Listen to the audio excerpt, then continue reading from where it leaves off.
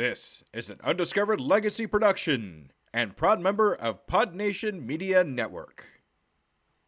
Welcome to Business Conversations with Pi and Piette 2.0, where the advice is real, but the voices are AI. I'm Scoob, and we're harnessing cutting-edge artificial intelligence to tackle real-world business challenges and deliver actionable strategies you can implement right now. Joining us is our newest AI voice, Piette, sharp, insightful, and ready to challenge conventional wisdom. The questions are real, the data is vast, and the insights game-changing.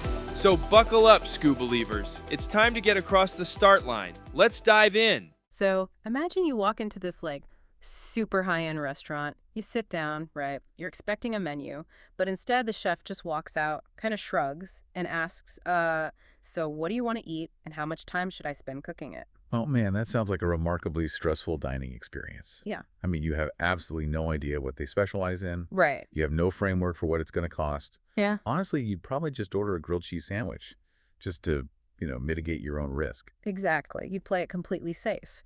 And yet, when you look at the whole world of freelancing, consulting, B2B services, the entire industry is basically built on that exact menuless chef model. It really is. It's just dominated by endless custom proposals. Yeah, these vague hourly rates and clients who are just terrified of what the final invoice is going to look like. Which brings us directly to today's deep dive. And this is a fun one today. It is, because it was actually sparked by a listener over at tuepodcast.net/askpi.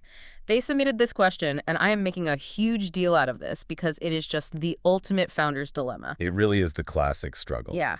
So you want to know, and I'm quoting here, is it better to charge for my hourly time, or should I package my skills into a productized service right from day one? It's a phenomenal question. I mean, Conventional wisdom almost always tells you to start with hourly consulting, right? Oh, for sure. Pay your dues, basically. Right. The idea is you need to take whatever custom work you can get, learn the ropes, figure out what the market actually wants, and then maybe, years down the line, try to systemize it. But the stack of sources we've got today aggressively pushes back on that. Violently disagrees. Oh, completely. We've got excerpts from John Warrillow's book, Built to Sell, Paul Jarvis's Company of One. There's this really dense academic paper from the Journal of Business Research, and a really candid interview transcript with an agency founder named Brad Martin. And our mission today is to essentially settle this debate once and for all. We want to give you, the listener, a literal roadmap for day one. Okay, let's unpack this, because I want to dive straight into the pain of that hourly, custom hustle model. And I think Brad Martin's story is, it's the perfect reality check here. It's a brutal story. It really is. So Brad was running this marketing automation agency, doing the standard, custom quote, hourly rate dance. And he's got 5 kids. He's living in a 600-square-foot house. Which is just wild to even picture. Insane pressure, right? And he shares this one specific anecdote where it's 8 p.m., he's putting his kids to bed, and his phone buzzes. It's a text from a prospect asking for, quote, just a little help setting up an affiliate program. Right. And Brad, who is completely trapped in that mindset of being the hyper-responsive service provider, he just jumps on a call immediately. Leaving his kids at bedtime. Exactly. And within 15 minutes, he has completely mapped out the strategy. He essentially builds the prospect's entire affiliate architecture right there on the fly. And the prospect is thrilled, obviously. Oh, fierce they are. But Brad has this incredibly sobering realization right after. Yeah, he realizes he is doing 90% of the actual value creation in the sales conversation for free. Before a contract is even signed. Exactly. And the irony is, after giving away the farm like that, he still has to go write a custom proposal, guess what his hourly rate should be, and then just pray the client doesn't try to negotiate him down. And that right there is the fundamental trap. When you bill by the hour, you are establishing a dynamic where your revenue is inextricably linked to your personal exertion. You're just reinventing the wheel with every single client. You are. But the deeper issue, and this is what John Warrillow points out in Built to Sell when he talks about business valuation, if your entire operation relies on your custom hourly time, you become synonymous with the company. Right. If you get the flu, your revenue drops to 0. Exactly. It's fundamentally unsellable because buyers aren't confident the business can actually run without you. Oh, wait, let me push back on this for a second, because I think a lot of people look at fully custom hourly work as like the only way to charge premium top-tier rates. How do you mean? Well, think about a bespoke tailored suit versus an off-the-rack suit. People gladly pay thousands of dollars more for bespoke because it feels uniquely crafted just for them. So doesn't offering a standardized, productized service mean you're just competing on volume, like cheap off-the-rack stuff? Okay, it's a compelling analogy, but here's where that logic actually breaks down, according to the sources. Okay, hit me. A bespoke tailor doesn't walk into an empty room and ask you what you want to build. They don't say, should we make a boat today or a tuxedo? Right. They have a highly specific, standardized process. They take measurements, they select fabrics from a set book, they do fittings. They're still just making a suit. What Warlow argues is that you shouldn't try to be a generic problem solver for everyone. You have to pick a lane. Exactly. You should aim to become the world's absolute best at one thing. He uses the example of transitioning from, say, a generalist graphic design agency doing hourly work to selling a fixed 5-step logo design process. Oh, I see. So when you sell a productized process like that, people actually expect to pay in advance. Yes, which completely eliminates the cash suck of chasing those hourly invoices. Right, because relying on custom work for one client is super risky anyway. Doesn't Warlow advise that no single client should make up more than 15% of your revenue? He does. Because if they do, you don't really have a business. You just have a really demanding boss. Wow. Okay, so transitioning from the problem to the solution here. Let's actually define what a productized service is. Because, I mean, that phrase gets thrown around LinkedIn all day long, usually with zero substance. It's totally become jargon. Uh-huh. But the academic paper from the Journal of Business Research actually gives us a really rigorous framework. They state that a highly productized service must have 3 mandatory traits. Okay, what are they? It has to be specified, it has to be branded, and it has to be priced. Specify, branded, priced. Okay, the paper uses this brilliant example to bring this to life, using the LUX resort and hotels chain. The Cinema Paradiso example. Yes. So think about the old custom hourly way of doing this. Let's say a wealthy hotel guest goes to the concierge and asks, hey, can we watch a movie on the beach tonight? Right, and the staff just scrambles. Total chaos. They're trying to find a projector, they're figuring out how to safely run an extension cord across the sand, calculating what to charge for the labor, and just like hoping the movie audio doesn't annoy the people in the next villa. It's high effort and a totally unpredictable outcome. Exactly. But LUX formalized that completely. They specified the exact deliverables, so it wasn't just an ad hoc beach movie. They included popcorn and ice cream for the kids. And wine for the adults. Right. And they solved the noise problem by specifying wireless headphones for everyone. So they standardized this across all their global locations. And then they branded it. They didn't just call it beach movie setup fee. They named it Cinema Paradiso. Yeah, they gave it an actual identity. And what's fascinating here is the psychology behind why that works.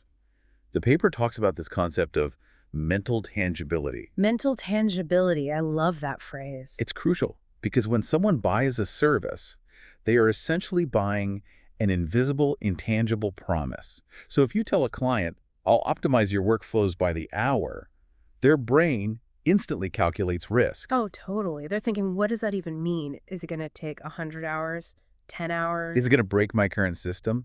The cognitive load of trying to envision that outcome is just exhausting. But branding and pricing make that intangible service feel like a safe physical object. It's like putting it in a box they can hold. Precisely. Whether it's McDonald's standardizing kids' parties with McCelebrations or a clinic selling an annual executive health checkup, that standardization drastically reduces the perceived risk because the customer knows exactly what they are getting. So, for you listening right now, take a hard look at your own skills. Are you selling this vague promise of your time? Or are you selling a Cinema Paradiso, like a distinct named outcome that someone can easily wrap their head around? It's a huge mindset shift. But then the obvious question is, how do you actually execute that from day one? Right, without the huge budget of a global hotel chain. Exactly. And this is where we turn to Paul Jarvis's book, Company of One. He emphasizes this concept of minimum viable profit. Okay, break that down for us. It basically means don't focus on scaling a massive team or building complex infrastructure right away. Find the smallest, most stripped-down way to solve a real problem and standardize that. Which brings us back to Brad Martin. because there's this magical moment in his interview transcript where he realizes how to systemize his own agency, and he learns it by watching a logo designer he actually hired. Oh, the Google Docs story. This is such a great anecdote. It's so good. So Brad hires this logo designer, right? And he's expecting the classic sprawling agency process. You know, mood boards, open-ended discovery calls. Exactly. But the designer doesn't do any of that. He jumps on a Zoom call, shares his screen, and he just pulls up a single bare-bones Word document or Google Doc, whatever. No fancy presentation at all. None. It was just a preset list of highly specific questions, and the designer just walks down the document, asks the questions, types in Brad's answers, and when they hit the bottom of the page, the entire discovery phase is done. And Brad had this massive epiphany there. He realized that structure lets you get more done in less time. Yes. He wasn't mad that he wasn't getting a bespoke hourly experience. He was thrilled. It was so efficient. Because clients don't want your time. They want the result. We see this with web designers who sell a landing page in a day. Oh, that's a great example from the sources. Right, instead of a 10-month dragged-out custom website build with a messy payment plan and endless revisions. Which is the worst. It's awful. Instead of that, the productized designer uses a pre-built template chassis. They spend the day doing juxta 20% custom tweaks with the client live on Zoom. And boom, it's done. But, you know, I feel like a lot of founders get paralyzed here. They think their system has to be completely flawless before they can package it like that. Which is why the embarrassment test is so important. Reid Hoffman, the founder of LinkedIn, is quoted in Company of One saying, basically, done is better than perfect. If you aren't embarrassed by your first version, you launched too late. Launch the ugly version. Yes. Launch your standardized service quickly. Basecamp, MailChimp, they didn't grow overnight. They played the long game by focusing on repeatable value, not getting bogged down in custom hourly chaos while they perfected things. Okay, but here's where it gets really interesting. Let's say you do it. You package your skills, you sell your landing page in a day. What happens when the client inevitably asks for, just one more thing? Scope creep, the ultimate enemy. Right, because it's going to happen. They want something outside the scope. How do you handle that without ruining the whole productized model? Brad Martin had a brilliant fix for this. He called them jam sessions. Jam sessions. Okay, how does that work? So whenever a client asked an off-topic question or wanted a tiny custom favor, Brad didn't bill them an hourly rate for it. And he didn't ignore them either. Because both of those options kind of ruin the relationship. Exactly. Instead, he funneled all of those random out-of-scope questions into a free weekly group Zoom call, his jam session. Oh, wow. That's actually genius. It acts as a pressure release valve. It completely stops scope creep instantly. Yeah. And it makes the clients feel incredibly supported because they get FaceTime with the expert. Yeah. But it's on Brad's terms. Right. It contains the chaos to one specific hour a week. Exactly. Okay, so that handles the custom requests. But if we're talking about the ultimate goal of scaling a service business, we have to talk about recurring revenue. And I want to clarify something here because a lot of people confuse recurring revenue with just having a client on retainer. Oh, those are drastically different things. Yeah. Brad Martin makes a very sharp distinction between the two. Yeah, explain that. Because retainers sound great in theory. They do. But a retainer essentially means the client is in control. They buy a block of your hours. And when they say jump, you say how high. It's essentially just guaranteed hourly work. You're still trapped. Precisely. Yeah. A true recurring revenue program means you are in control. Mm-hmm. The client buys into your set structure, your delivery dates, your terms. They aren't buying your time. They're subscribing to your system. If we connect this to the bigger picture, like Warlow's valuation stuff. Yes. If we connect this to the bigger picture, the single most important factor in driving up the value of a company is repeatable, predictable revenue. Right. Not scrambling for new custom projects every month. Exactly. Warlow says sunk money subscriptions or hard contracts are the holy grail. They are exponentially more valuable than one-off custom hourly projects. Because an investor can actually see the machine working without you having to be there manually turning the crank every single day. Exactly. It's an asset, not a job. Okay, so let's bring this all together. The final verdict for the listener who sent this in. Yes, absolutely, 100%. Package your skills into a productized service from day one. Ditch the hourly trap immediately. Ditch it. Create your system. Give it a brand name like Cinema Paradiso. Price it up front and take control of your time because, like Paul Jarvis says, profit is sanity, Revenue is vanity. It's such a powerful shift in perspective. And I want to leave the listener with a final thought to mull over today. Woo, I love a good thought experiment. Let's hear it. This is drawn straight from Built to Sell. Yeah. Imagine you have a blank check to grow your newly productized business as large and as fast as you possibly could. Unlimited resources. Sounds amazing. Right. But here's the catch. If you had to write a 3-year business plan for that scenario today, what is the very first system you would have to write down to make it work completely without you in the room? Oh, wow. What is the system that replaces you? That is heavy. You really have to stop thinking like an employee of your own company. Exactly. You had to design the machine, not just operate it.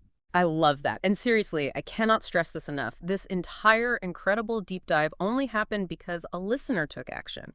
So if you are listening right now and you have a burning question, a topic you are just obsessed with, or some intense debate you need us to settle, We want to hear it. you have BE to write in to tuepodcast.net/askpi.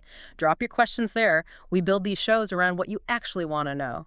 tuepodcast.net/askpi. It's the best part of the show, honestly. Absolutely. All right, that's it for us today. Stay insanely curious, everyone, and keep building smarter, not harder. We will see you next time. Bye, everyone.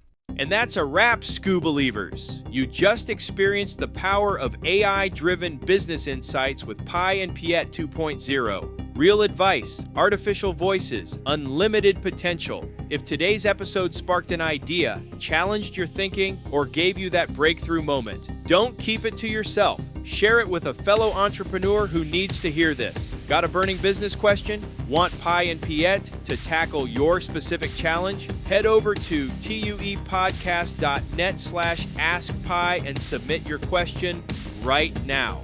We'll dive deep into your issue and deliver the actionable strategies you need to get across the start line.